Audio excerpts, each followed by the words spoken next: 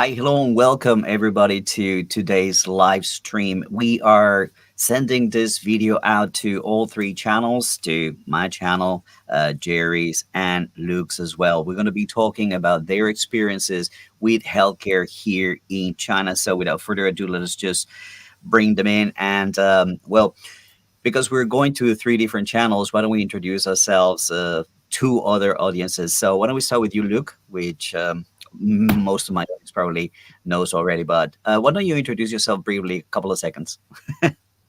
Yeah, hello everybody. My name is Luke. I'm a British PhD student studying in Shanghai. I'm doing it in medical AI. So my research is about trying to figure out if someone has cancer or not and how serious that is using AI. So yeah, I've been in China for about 5 years or so now, and I do YouTube as well, like travel, about my PhD, these kind of things. Cool. Thanks. What about Jerry? Well, most of my followers know Jerry, but for those who don't know him on Luke's channel, Jerry, why don't you introduce yourself as briefly as you can? As briefly as I can, yeah, because we're limited for time. I'm a retired teacher. I've been in China 20 years. I'm currently a YouTuber as well, Jerry's Take on China. And I just talk about my life in China and what I see as the truth as against the misinformation of the West. And like both of you, I'm extensively traveled. So, you can't just say, well, this guy's lived in a bubble somewhere. I've traveled extensively through China, a lot of it by bicycle. Mm-hmm. All right, excellent, guys. And for those of you who don't know me, my name is Fernando Munoz, and I've been living in China for about 23 years, close to 24 already, and also a teacher by profession and a YouTuber as a hobby. Also enjoy travel. I actually met both of these gentlemen in person. Luke, we met in Kashgar, if I'm not mistaken. Yeah, that was it. Yeah, it was a good experience. Yeah. We had an opportunity to meet over there in person, and Jerry, well, he's just around the corner, so that's who we're talking to today. So it was kind of like a coincidence that both of you had experiences that you made public around the same time, and all had to do with healthcare. So the video that we're talking about, which for pro-China voice, I would say can be considered viral. Last time I checked, you were more than 50,000 views on that video, Luke. So why don't you start with that? Give us a very short introduction, and then we go to Jerry with his situation, which hasn't been public. So we'll get into that story later. So Luke, why don't you tell us about your video? What was this whole situation, and what can we share with people? Yeah, sure. So my parents, they planned to come to China, and then suddenly my stepdad wasn't able to walk. He had to go in a wheelchair. And then, they're not particularly wealthy family. And so the NHS has always been pretty beneficial to us over time. But I think in the past few years, I think everyone can agree that it's almost, or every British person can agree now that it's kind of collapsed because firstly the economy and a shortage of doctors. And so the wait time just to get an MRI was 6 months, half a year, just to get an MRI. And then you'd be waiting another 2 years to get the results of that. And so we thought, why not? You're coming to China in a few weeks. Why don't you get it done here? I'll figure it out. I don't know how long it'll be. Maybe it'll take a week or so. In the end, we went and we were in and out within a day. We knew the diagnosis, got the MRI sorted. And it was just, unbelievable. So now he can use that going back to the UK to speed things up, hopefully anyway. Do you think they'll take it? Do you think they'll say like, oh, yeah, or no, we don't trust this? Like some degrees it happens, right? Like, oh, you studied in China, that's not worth nothing or whatever. I don't know.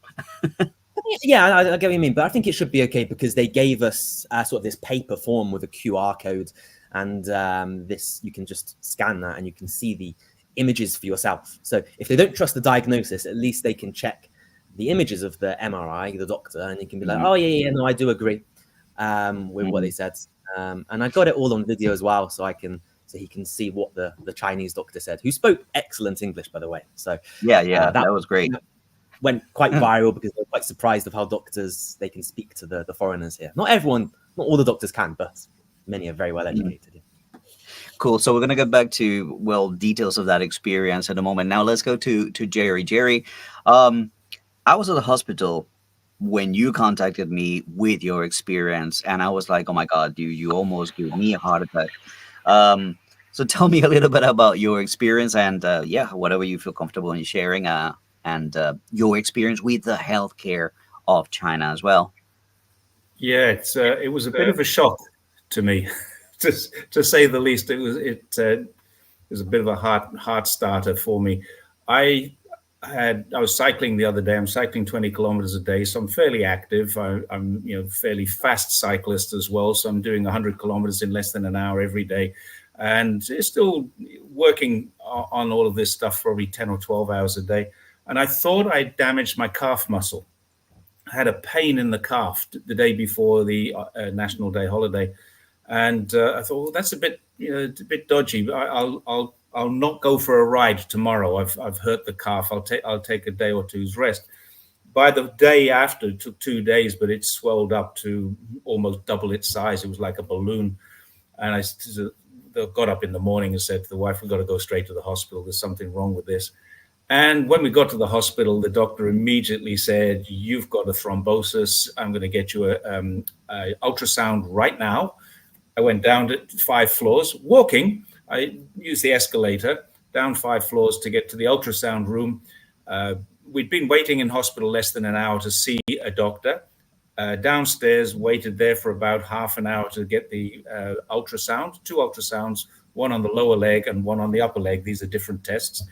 And they gave us a printout within 10 or 15 minutes, took the printout back to the doctor, and he said, "Oh my God, what the hell are you doing standing up? You should be in a wheelchair." He jumped out of his desk. He was panicking, like, "Get in a wheelchair. You go get him a wheelchair now." And he put me out into his waiting area and put me in a seat. And the funniest thing was watching everybody in the waiting area suddenly adjust their masks around their face, because they're all wearing masks because it's a hospital. And they all walked out. The waiting area emptied out, completely emptied out. So I was sitting alone until my wife came back with a wheelchair, and then they took me back to the admissions area, back on the ground floor, using the elevator, not the escalator. And within half an hour of that, I was admitted to a ward. The ward was a vascular ward, and they were telling me I need an operation. Then they were telling me that I need 10 days in hospital, no operation. And then they said 7 days treatment. So I'm still a little confused for the first couple of days what was actually going on.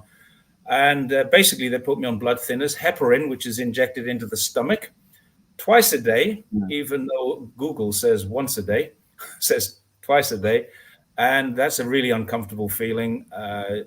I've got a lot of criticisms about how they allow you bed rest in China, but I literally was not allowed out of bed for 5 days, even toilets.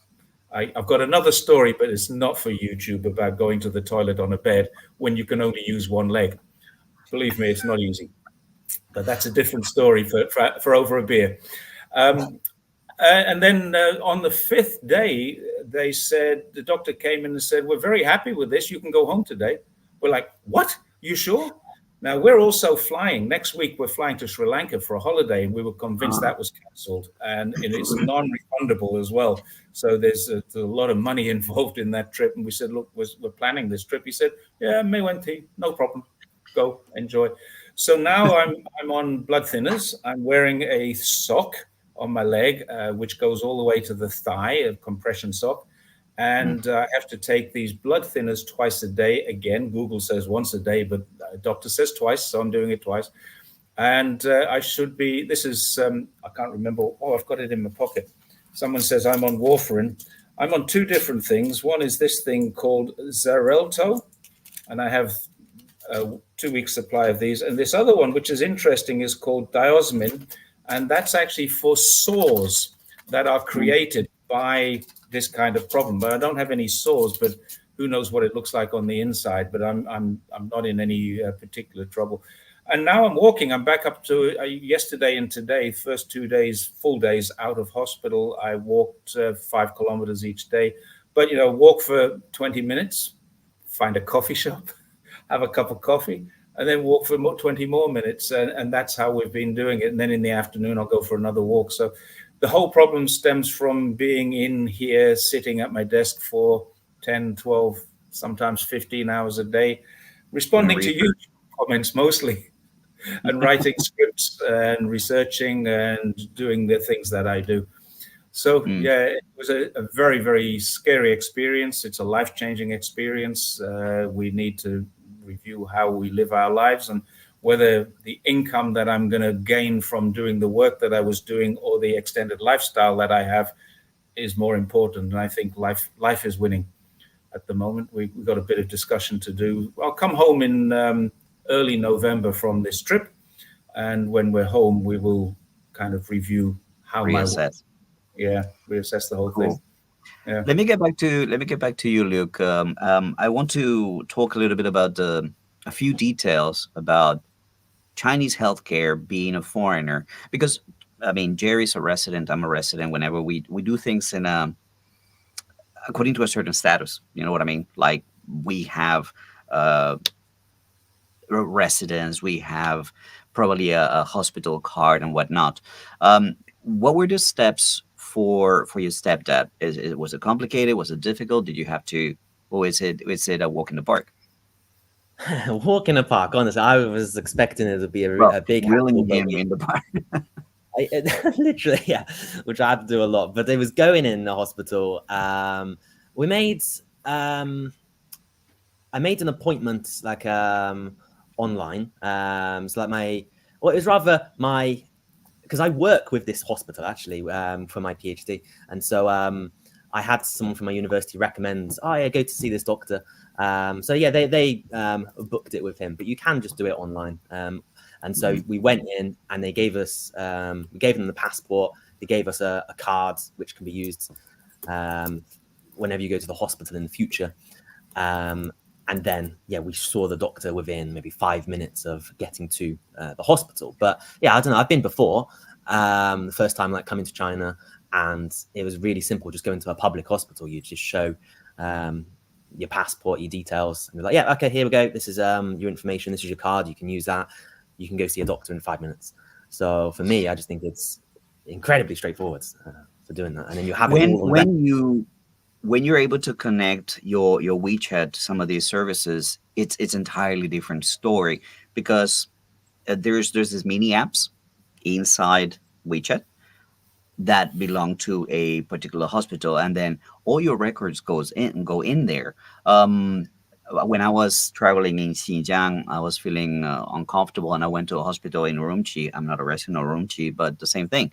You just connect this WeChat account, which is, because there's no anonymity online, is connected to your phone number and kind of like already verified and whatnot, and everything goes through your WeChat. How much did you use WeChat for your situation, Jerry? I mean, in terms of appointments, medicine, payments, whatever, could you tell us? Yeah, I didn't even know that I could book an appointment in the hospital on WeChat until I was in Mhm. there. I have a hospital card from some event, and I can't even remember ever using it, but I have a hospital card, and I went in there and I kind of produced it. Oh, actually, my wife did, because I was sitting down as much as possible. She went up to the counter and produced the card, and I said, "We haven't used that card for years. It was a defunct card." So then she did everything else on the phone, and she used my phone for some and used her own phone for others. Paying the hospital bill was done by WeChat.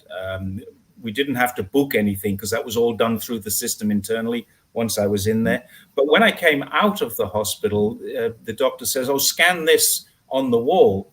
And this is useful information." So I scanned this, put it on my phone. It's a video about how I need to live my life based on these thrombosis or thrombi. Mhm. I'm not sure what the plural of thrombosis is, or thrombus. So I guess it's thrombi. I have 3 thrombi. I don't know. Maybe, Luke, you're in the medical industry. You can tell me if that word is correct. But anyway, I have these 3 blood clots, and this is what I need to do. So I got a video about how to live my life and get back into walking, get back off my ass and onto my feet a lot more. And Warwick Powell's just suggested that a stand-up desk, but the doctor says don't stand still for too long either. So thanks, Warwick, for that suggestion. But Use walks one of and these. yeah, it's That's exactly what I need. Yeah, well, you've got all the mod cons, but yeah, I do use the WeChat stuff, but we didn't for this. I mean, it was all done in a bit of a rush. Going from thinking I have a calf injury to I have pretty much three life-threatening blood clots. And they were really, really worried on the first day. It does stop you and say, the rest of the stuff isn't important. But yeah, now we paid all the bill. There's another thing that are we going to get to the costs of this before we finish? I think we Sure, sure, should. sure. But I wanted to address because your experience is a little bit different in the sense that you haven't made it public, Jerry, but Luke did. So I wanted to Mm. talk a little bit about, if I may, Luke, what do you think make this video pop so much, and what kind of reaction has there been in the comment section to that video? Um, and if I may, like a threefold question, how did your stepdad feel about this situation being made public on YouTube? If you could comment to that. Yeah, so there's two different audiences that I put out, right? So on YouTube, you're saying, yeah, 50,000 popped out, but for the Chinese social media, it popped even more. It's currently 150,000, and it's still growing quite a lot. So that's doing really well. So the Chinese audience, they were extremely shocked because I think maybe a lot of them in the comments, they expected the UK healthcare, free, amazing, really good. And they're just so shocked that how bad it is and how good actually the Chinese system is in comparison. And that they feel maybe quite proud of how it is here. And then, yeah, again, for many foreigners, it's actually quite useful because a lot of them, they've given some advice there. So a lot of Chinese, they've given some advice like for doing some traditional Chinese medicine. So they're saying, do this kind of stuff, which I'm not too familiar with myself. And we actually did try that. We did do acupuncture afterwards. I didn't put that out, but essentially they said if you do it one time, it's probably not going to work as much. So you probably need to do it at least 3 times before you see the benefits. So I didn't put that part out. But I got a lot of useful advice. And then on the Western social media, people were just complaining about, this is what's happening in our country. This is what's happening in the US, the UK, France, Germany, whatever, all around the world, just saying, giving their stories. And you feel like, wow, this is a global issue. And then people are saying, they've come specifically for China on maybe a tourist visa because they've heard about this. And even some people now are saying, oh, Luke, do you recommend? Should I come to China? I've got this problem. And I'm saying, just give it a go. You can go to these places, these hospitals, which might specialize in it. So hopefully they have that opportunity to speed things up and get treated better. For my stepdad, though, he's always been keen, like my number one fan, him and my mum watching my YouTube videos. And I said, I'd love to do a couple YouTube videos with you guys.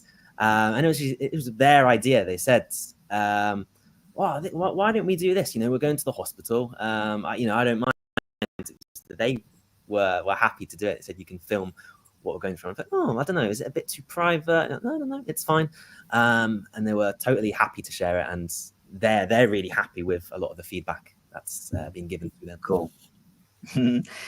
Jerry, if I may get back to you, I mean, when I'm a foreigner, when I go to a hospital and I hear a certain diagnosis or a certain recommendation of therapy or whatever, my brain in the back is like, okay, what would Western doctors say? What would that? So I know that you're keen or inclined or have some information about traditional Chinese medicine, TCM. Um, does that thought go through your brain when you are faced with such a life-threatening situation like this? I mean, are there trust issues when you are in that situation? My wife is a traditional medicine therapist. She can do acupuncture, massage, moxibustion, all of those things. So she actually knew that the limitations. If you imagine a balloon, that's what my calf looked like. And I jokingly said, "You better not stick an acupuncture pin in this. It's just going to go." It was really, really swollen and taut, like a balloon skin. So, I mean, we're joking about it. There is no way that acupuncture would have been the solution for this. It needed, I mean, if I'm going to go into acupuncture for this, it would need months of treatment, not just a few treatments. But I do trust the acupuncture. I've had a lot of, I've had experience with it on 2 different occasions where I've needed it. Once for a back problem many years ago, before I even met my wife, and once when my wife actually did it to my wrist. I broke my wrist, and I was struggling with getting back the flexibility on it. And she gave me acupuncture, and within 2 treatments, it's back to normal. So that she can do that stuff. She's also spent a couple of days massaging what we thought was the calf injury, and what goes through my mind is if this is a sporting injury, if this is a sporting injury, then it probably just needs her kind of treatment. But in the hospital, first of all, we used Western style ultrasound to diagnose it. And then they're straight into the heparin, which is a very Western style medicine. And the medicines that I've got now, these are from, this one's from Bayer. So it's Western medicine. I mean, there is a view that Western medicine works very, very well when it's needed. And so does Chinese traditional medicine when it's needed. It has its time and a place. But I think Luke came up with something that I was going to mention, the holistic approach. When a doctor looks at a problem that you have with your leg, they don't look at your leg, they look at your entire body and say what caused that problem. Much more holistic. And that's why you found your father or stepfather's lumbar,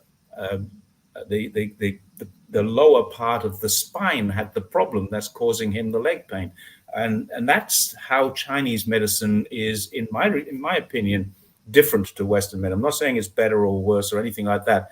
But for different things, like injuries, definitely traditional medicine, I would use that every time. Illnesses, diseases, maybe I'd look at Western medicine first. And I think that's probably the best way to approach it. Use both. Okay, look, you went to a doctor in Shanghai.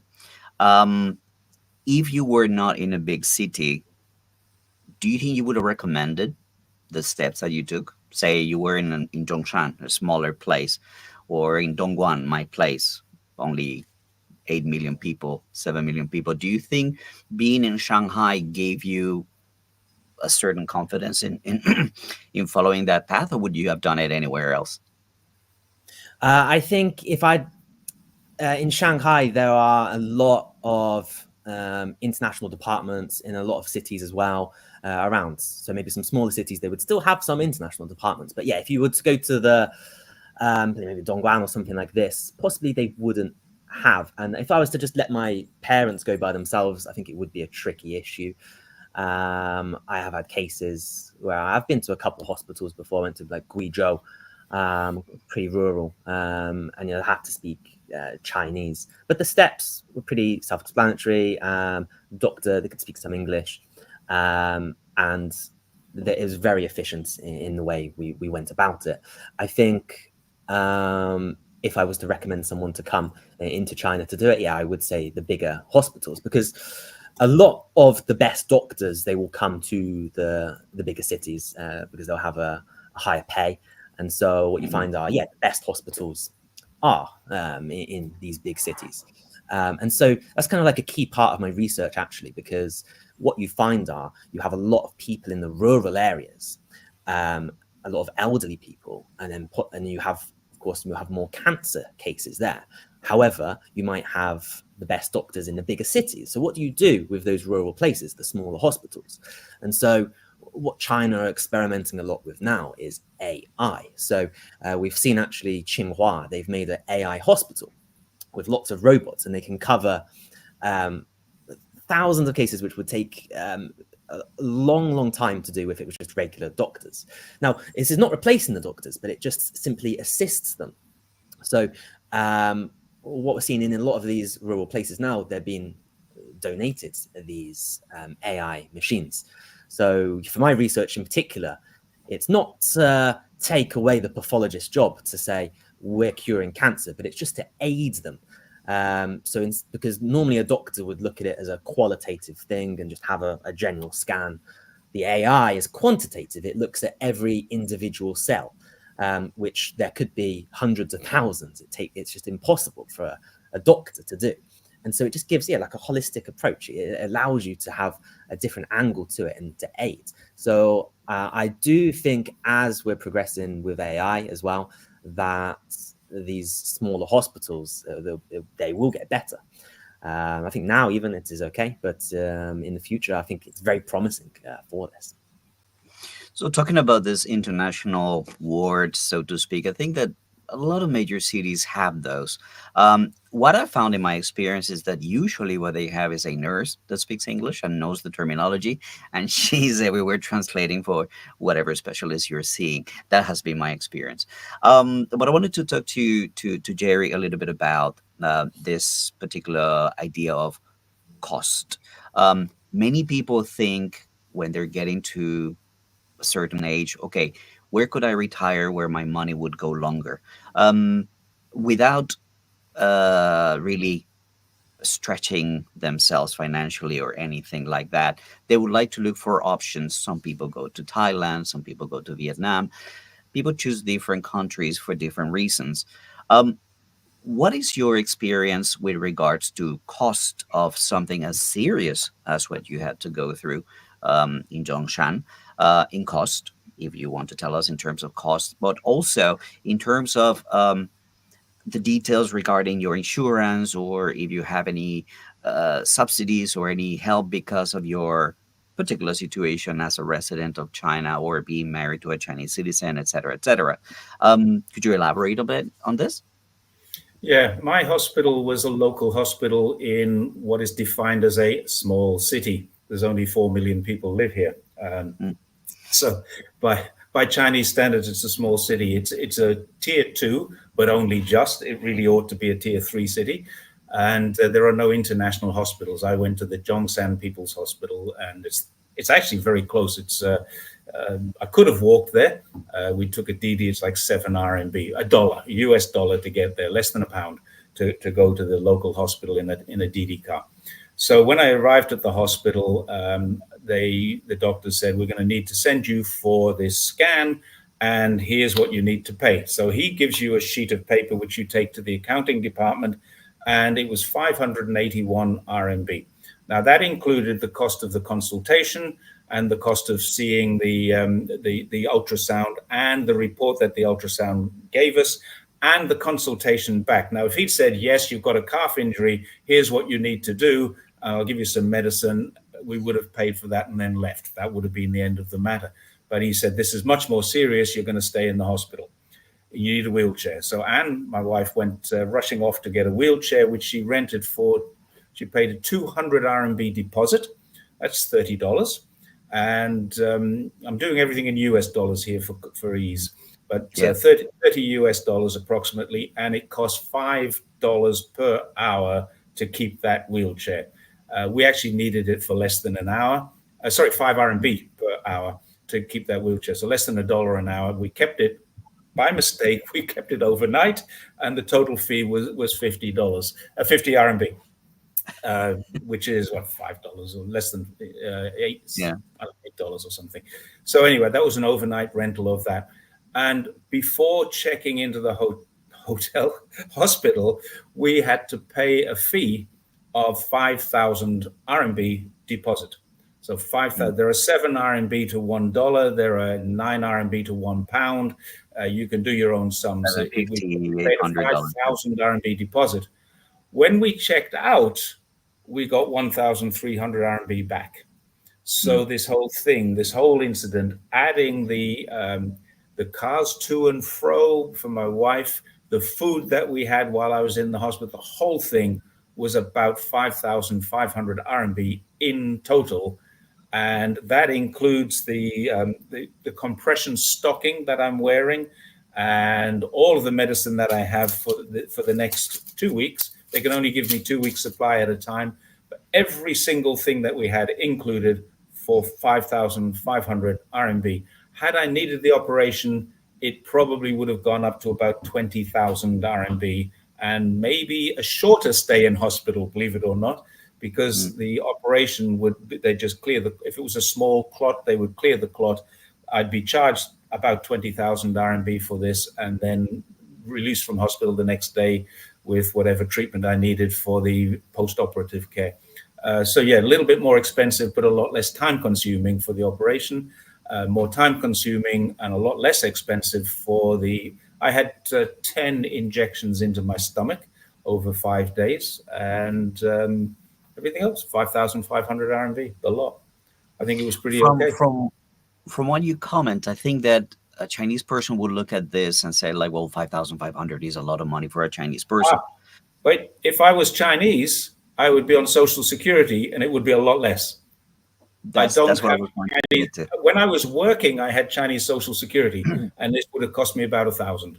In fact, the doctor said to my wife, "Is your husband on Social Security?" She said, "No." The doctor said, "Can he buy Social Security? You have a friend who owns a business, can put him on the books, and this will cost a lot less."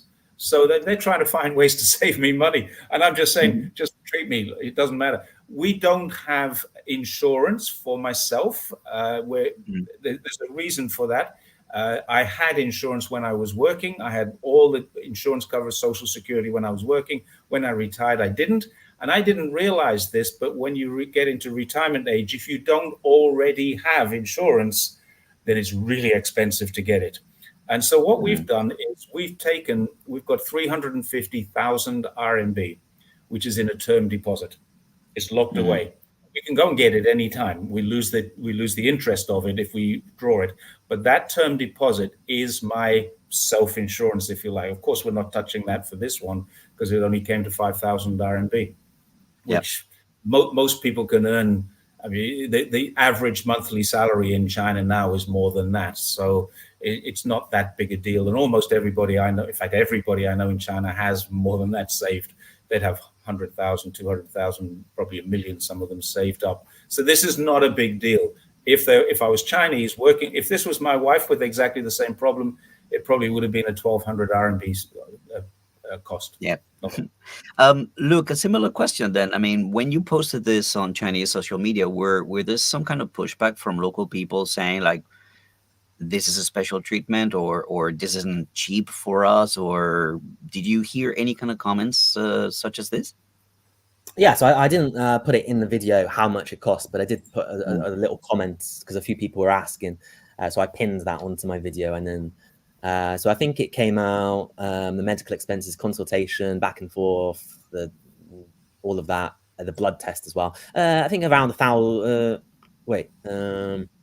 700 RMB. So and you have that. About 100. A few people were saying, about $100. So a few people were saying, oh, well, not everyone can afford that in China. But no, there are so many schemes out there, insurances for the very poor people in China. Even if you are unemployed, if you're a student, you can get insurances. So as I'm a student, I think I pay, I don't know, 400 a semester or something for some medical insurance. But if you're unemployed, the governments, they can help you out. It's heavily subsidized. And in fact, I don't know, maybe you know a little bit about it, Fernando, but I know in some places where they have minorities, so in Xinjiang, they would, not only would the central government help them, but there'll be a lot of support from the local government, even more so.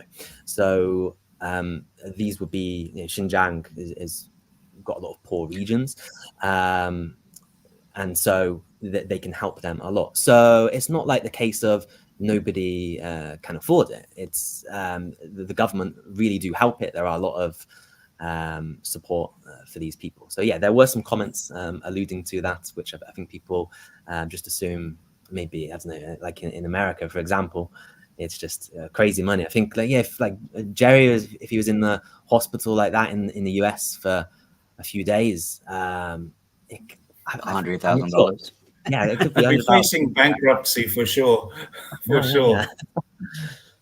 That's another thing I forgot to mention. I had on the first day I had 4 vials of blood taken out, and on the third day I had 2 more vials of blood taken out. So I had quite a barrage of blood tests as well included in that. I've had experience with. Sorry, I've had experience in terms of poverty alleviation, and doctors in very rural areas, like you've traveled to Guizhou as well, Luke. I remember seeing something about that. Um, I went to a place that has what they call the pannier doctors. So these are doctors that visit very mountainous areas. If people don't know Guizhou, they say that you can't travel a square kilometer on flat land. It's just mountain after mountain after mountain, which is what kept most of the area in poverty for a very long time until they came with all these highways and tunnels and whatnot, which has revolutionized the province, the area. But the issue is that there's a lot of older people who live in the mountains, and access to medical services is very complicated. So these pioneer doctors, what they do is they carry telecommunication services, little computer kind of things, and they actually connect to doctors either in Beijing or in bigger cities that are partnering with this particular project. For example, this was in Guizhou. Um, and they actually keep all the records and all the medicines and all the tests, and do these consultations with the doctors in a service of telemedicine. Obviously, we've seen now on Twitter, on X, right, all these surgeries that have been taking place also using this telecommunication. So that's my experience with people in, and it costs them nothing. It's just a service that the community out there in the mountains of Guizhou offers to the people.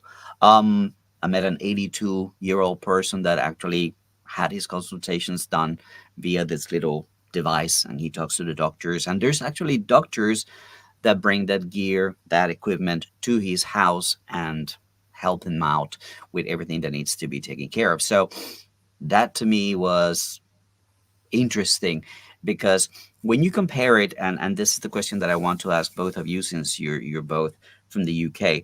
um, Healthcare is free. What's it called, HMO? NHS. NHS. HMO, I think, is in Ontario, in Canada. NHS. uh, it's free, but what are some of the things that could be done to improve NHS, even if you had to pay? What would it cost to make it work? Because apparently, from what you guys say, it really doesn't work. Let's start with Luke. What do you think?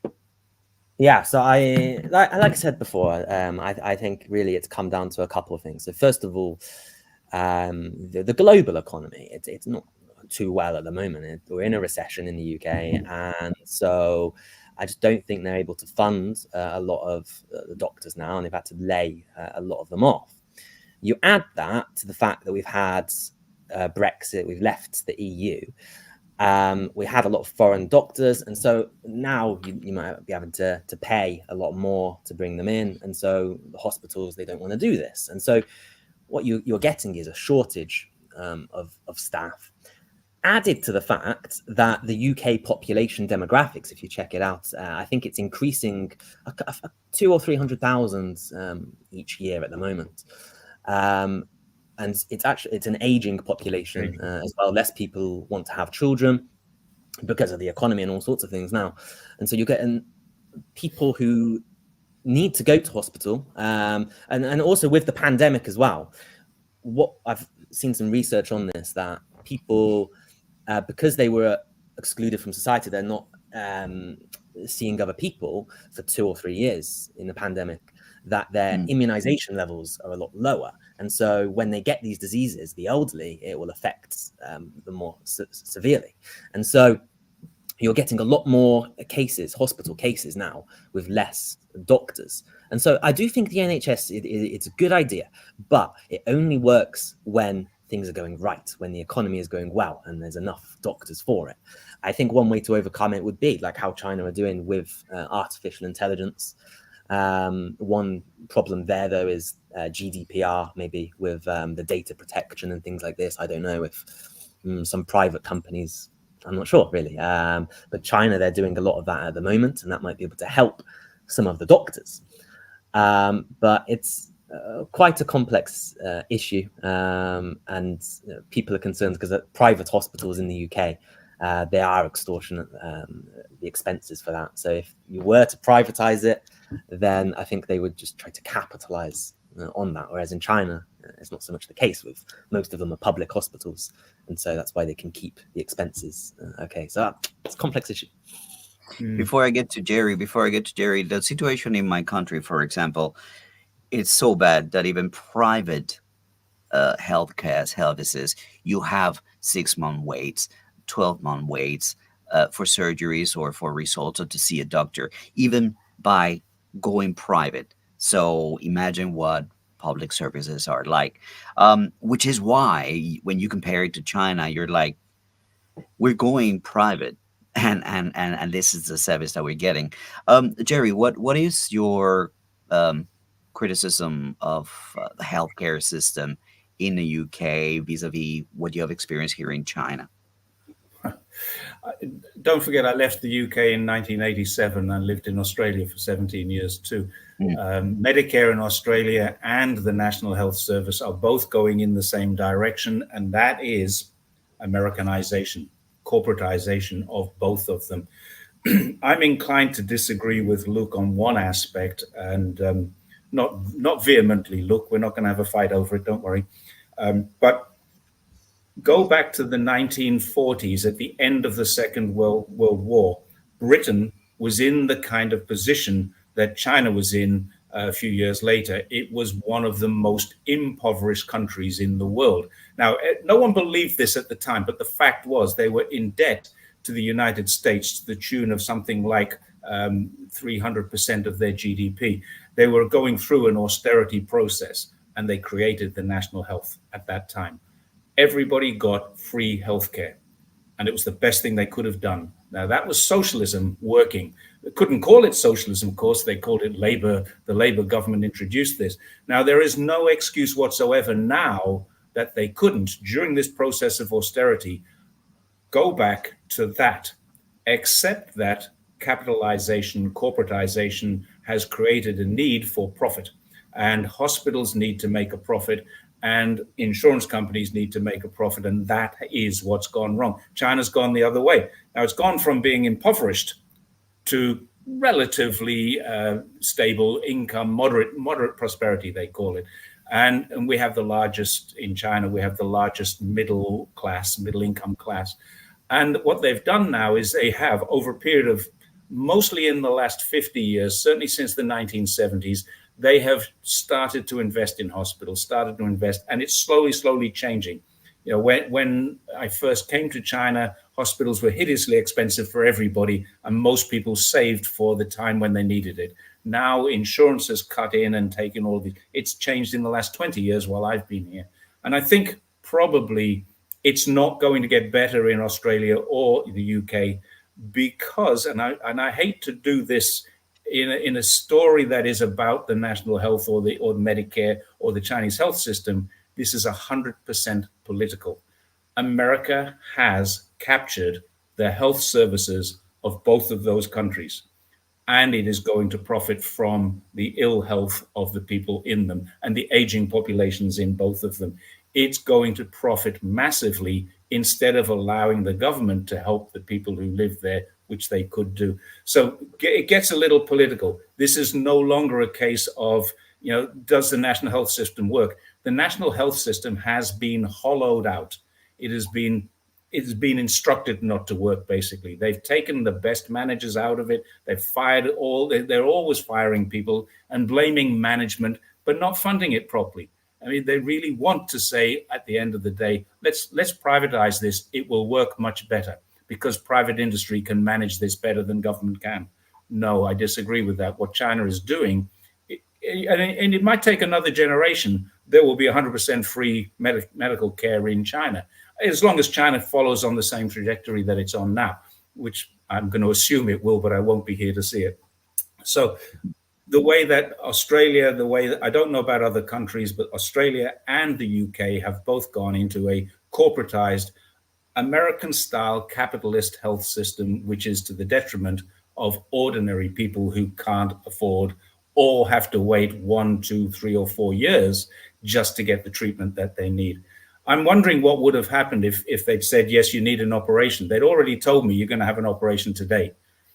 And then they said, no, you don't need an operation. This is already too far gone. When the specialist looked at it, he said, no operation. We're going to give you this blood thinning stuff, and you have to stay in bed for the next 10 days. So I'm wondering what would have happened if I'd needed an operation. It wasn't, I don't think it was life threatening, but I think I would have got the operation on the same day Mm. or the Um, next day. I think that we've established that there's two things that are key in Luke's video and your experience. Number one is how fast it is. You get to Yep. see a doctor right away, pretty much the same day. You don't have to wait, even if you're paying a little bit of money. Number two is how advanced things are. For me, the connectivity is something that is mind blowing. The fact that I get my test results on my phone and the doctor has it in his computer, and you can go to a booth and print it, and if you needed like like a hard copy of it, that to me, in a population of 1.4 billion people, it's amazing. I mean, when you consider the size and the implementation of these kind of networks are amazing. I wanted to ask Luke, perhaps we could be rounding up a little bit, but I wanted to look towards the future. You decided to come and do a PhD on AI in China. Um, what were some of the factors that help you decide do that here? Is it because they're ahead? Is it because cost? Is it because of the level of research?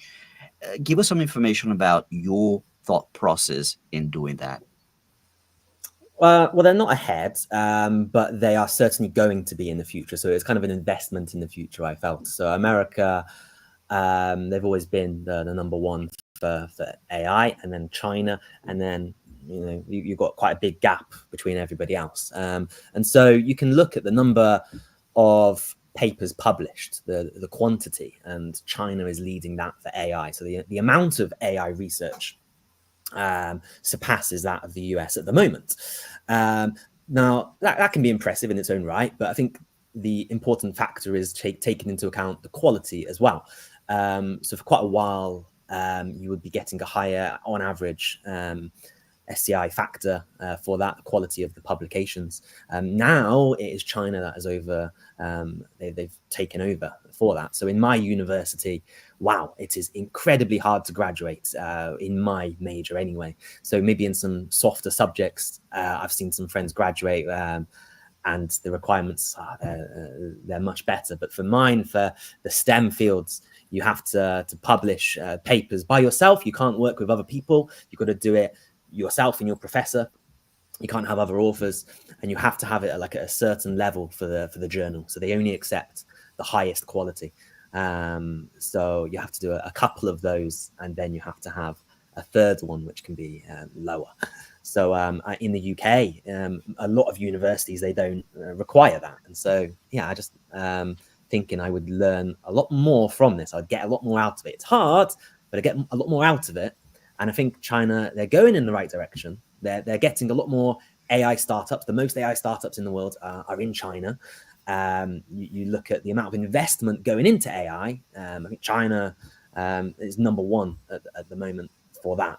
So yeah, that was one thing. But also a second one I just want to touch on is also the expenses. That is a big thing as well as a student.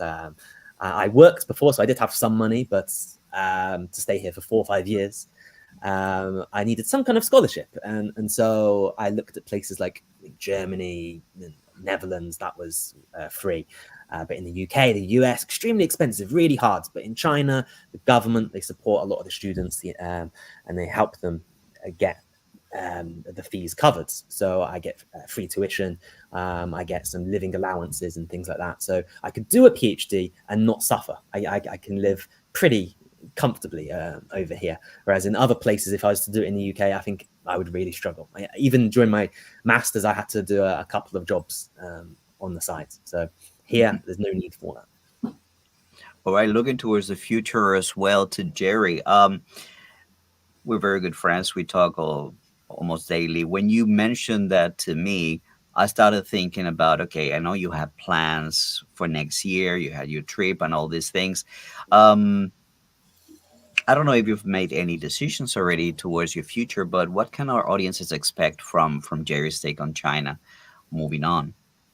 Okay, what a lot of our audiences, because you and I share a lot of the same audience, what they don't realize is how much work I do other than Jerry's Take on China.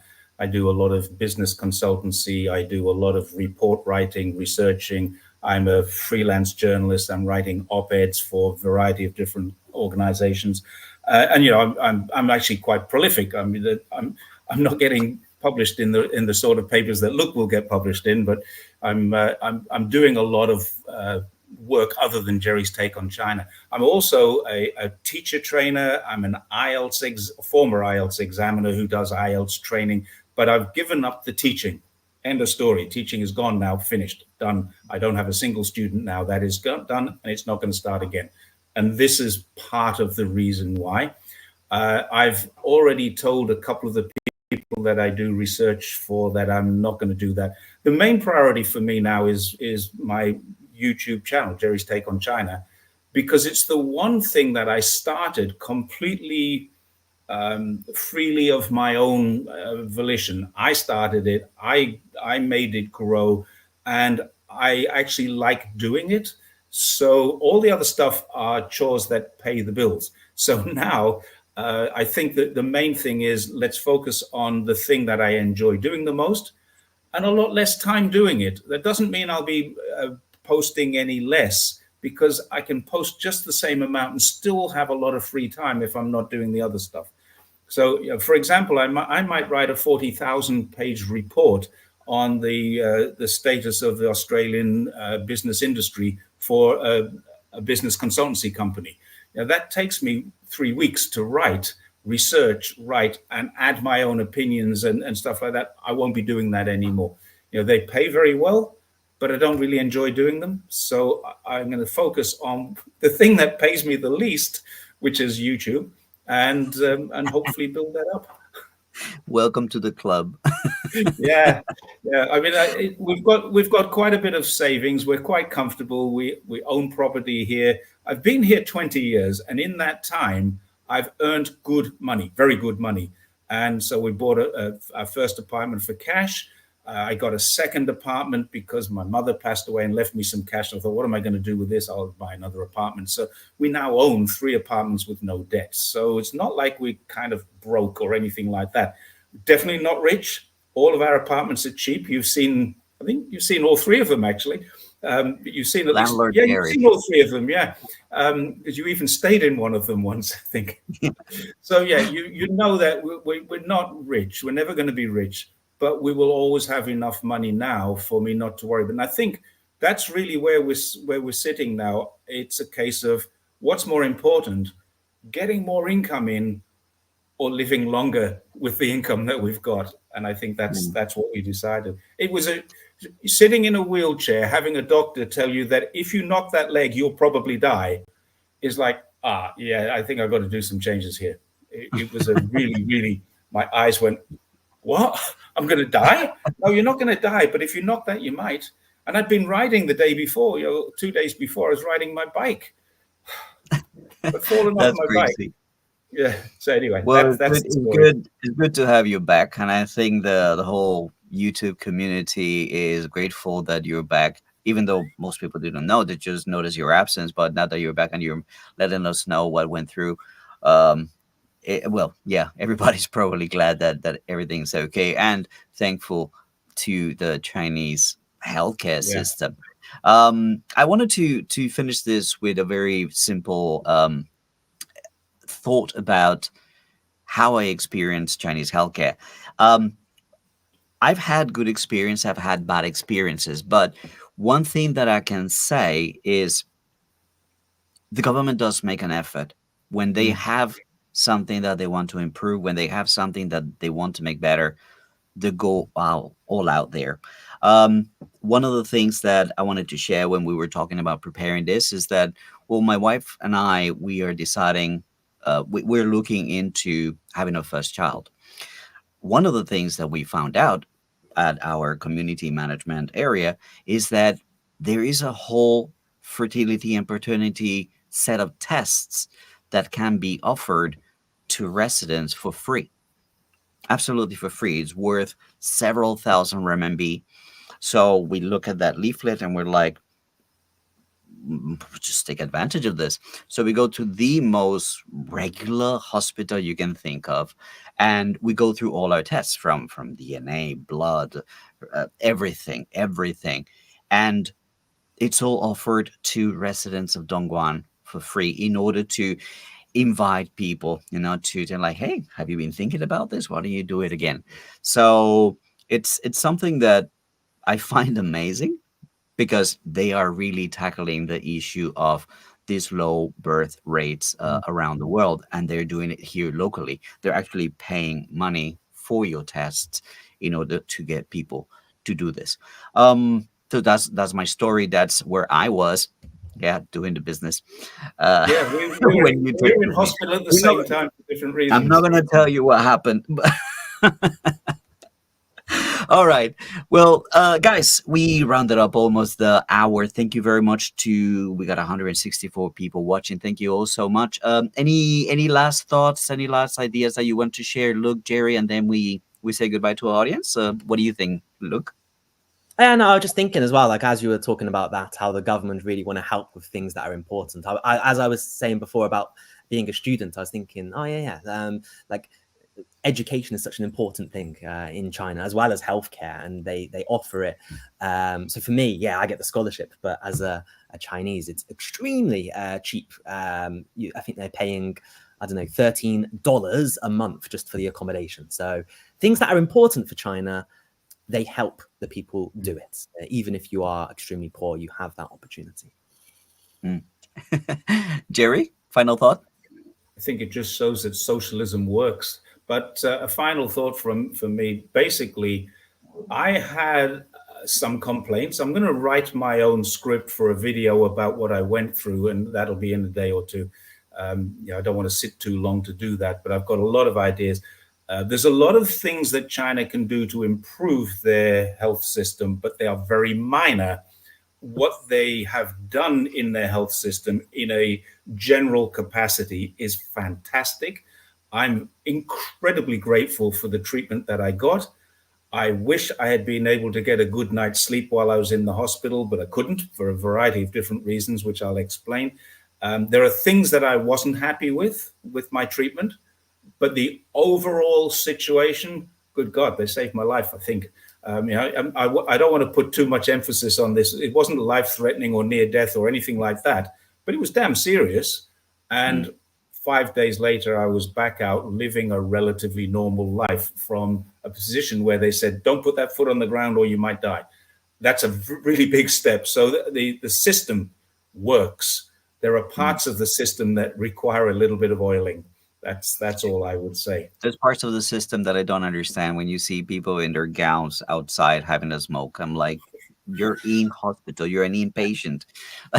Yeah, that they've usually got they're going around with the drip. They're pulling the drip on the wheels and they're smoking a cigarette. Or the that's doctors a are in the jealous story for stairwell. you. In the stairwell, the doctors are having a cigarette. All right, everybody. Thank you so much, Luke. Good luck with your channel. Good luck with all your research. Is glad to have you here in the show and sharing the screen time with you. Jerry, can't tell you enough how glad I am that you're back Thank you. on your feet. Yeah. And to all of you guys, thank you so much for watching. You know what to do. If you like the content that we're putting out, make sure to like, comment, subscribe. And well, the link to Luke's video is in the description of this video. Until we see you again, take it easy and bye for now. Thank you very much. Thank you.